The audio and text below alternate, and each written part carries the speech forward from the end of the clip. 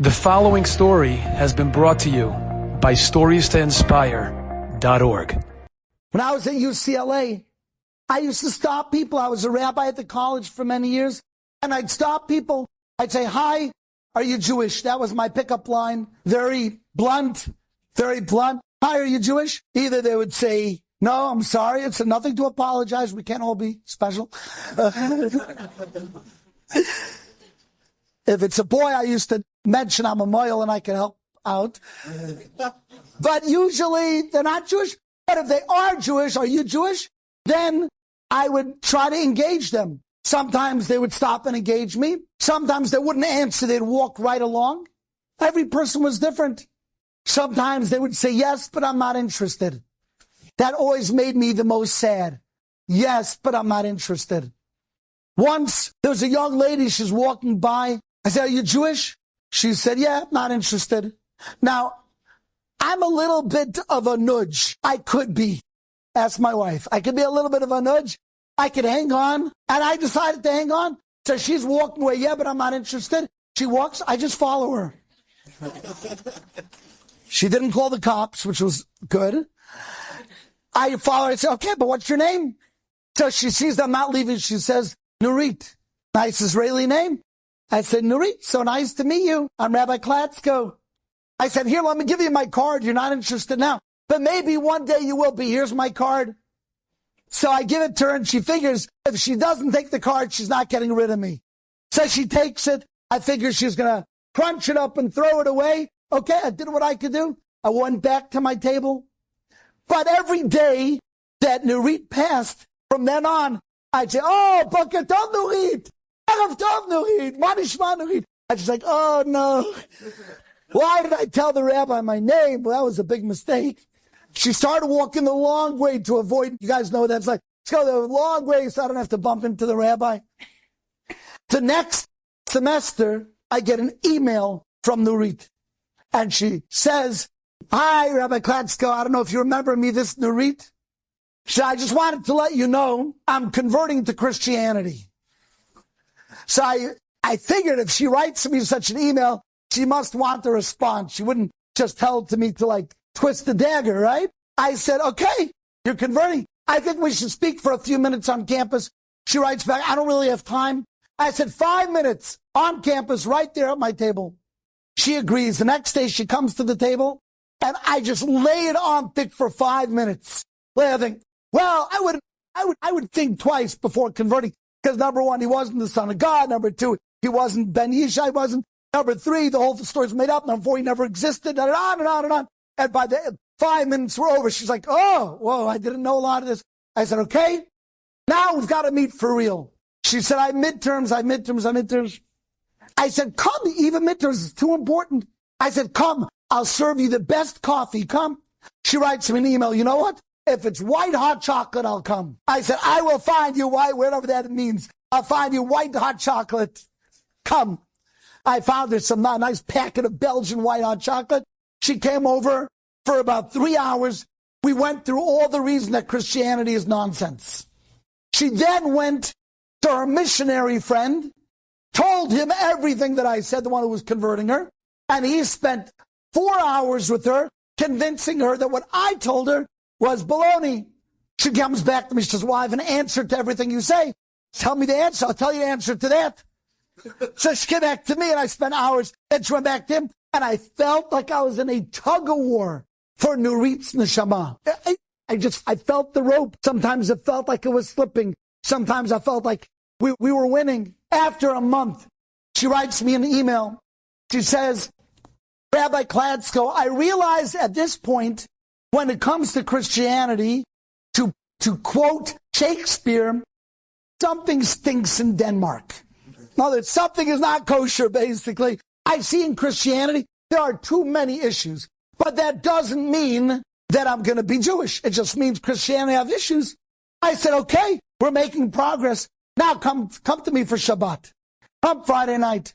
A few weeks later, she came, and I made Kiddush. She's sitting with a bunch of college students. And after Kiddush, we go to wash our hands. So everyone gets up, the Chotz Yadayim, but she is sitting down. So someone says, "Nurit, now is when we do this." wash our hands. She says, I don't do what I don't understand. I said, she's going to become frum. She's a thinker. So, Nurit, she began coming to our house very frequently. I had a little son. He's not so little. He's married now. His name was Alicia. She fell deeply in love with our 3-year-old Alicia. She said, I used to cry when I see him. She saw a Jewish little boy, what it means, the Ziskite. That's what happened with Nurit. But I want to take a moment to tell you about another young man. There was a young man by the name of David. And I invited David over. He was a quiet young man. He used to come to our home for supper, learning, growing, didn't know much. And he had what's called a Jewfro. It's an afro on a Jew. They call it a Jewfro, big bushy hair. He used to follow a band called Fish. And the Fish followers, they wear this big hair. But he used to come. I used to learn with him. And one day I said, you should come to Israel with me. You should come. We're going to do a trip. He said, okay, I'd love to come. So in those days, I wasn't the one doing the interview. But instead, there was a couple who did the interview. So I brought David to the couple. I had him interview. They did not accept him. I said, what do you mean? This boy's such an amazing young man. They said, look at him. Look at this. Look at him. He doesn't look the part. There's got to be something wrong with him. I wasn't happy. What do you mean? He's a good boy. I know David so well. A few days later, I invited David over. He had a Jewfro and a beard, by the way. So he did look a little bit overgrown, like a bush. But I invite him over for dinner a few days later. He comes, he joins us for dinner. And then I said to David, I'm going to tell you something you don't know about your rabbi. Did you know, besides being a rabbi, I'm also a barber? I said, and I can give you a little trim. It can look really nice. Would you allow me? He says, sure, little trim. I bring him to my bathroom. I take out my clippers. I trim a little off the top. Then I said, look, I trimmed over here. Now the beard looks too big. Can I do something with that? He goes, whatever you think, Rabbi. I trimmed over here. Then I said, you know what? It's looking too big here. So he trimmed a little bit there. Here. By the time we finished, he looked like a Mir Yeshiva Bacher. I had cut his beard completely off, so it was clean shaven. He had a regular, nice, normal haircut. And I did not know what I was doing. Then he looks in the mirror when I finished. He goes, oh. I said, you look great. I got one more idea. He goes, what's your other idea? I said, I want to go back to this couple. I think we should go back just to interview. But don't tell them that you were there before. Don't tell them you were there. We're just going to go to an interview. So I brought David again. They did not realize the same guy. They interview him. And after a few minutes, one of the couple came out of the room. So, Rabbi Klatzko, can I speak with you? Where did you find such a great guy? This guy is amazing. Such character. He's so eloquent. I speak to the hand. You gave up on this guy a few days ago because he didn't have a haircut. That's a neshama you're talking about. That's a neshama. He did come with us to Eretz Yisrael. He spent a few weeks in yeshiva, and then he made up his mind he's going to go back to yeshiva after he finishes college. But he would listen to shiurim in the lab.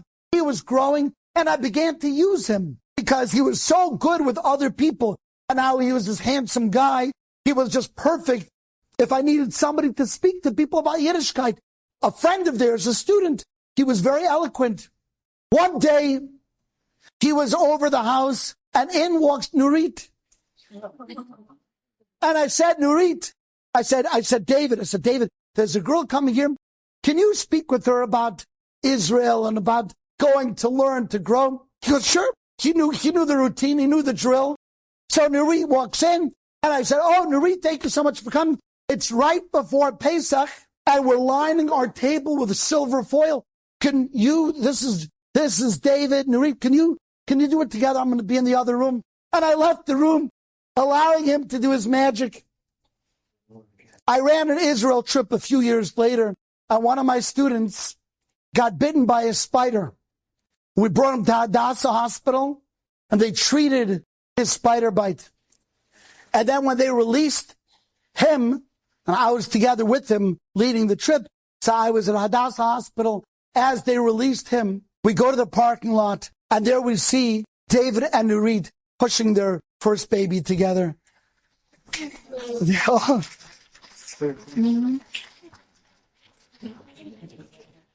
They have a bunch of beautiful Jewish kinderlach. They visit us each Purim. You can't give up on a single life. And especially if that life is your life. Enjoyed this story? Come again. Bring a friend. StoriesToInspire.org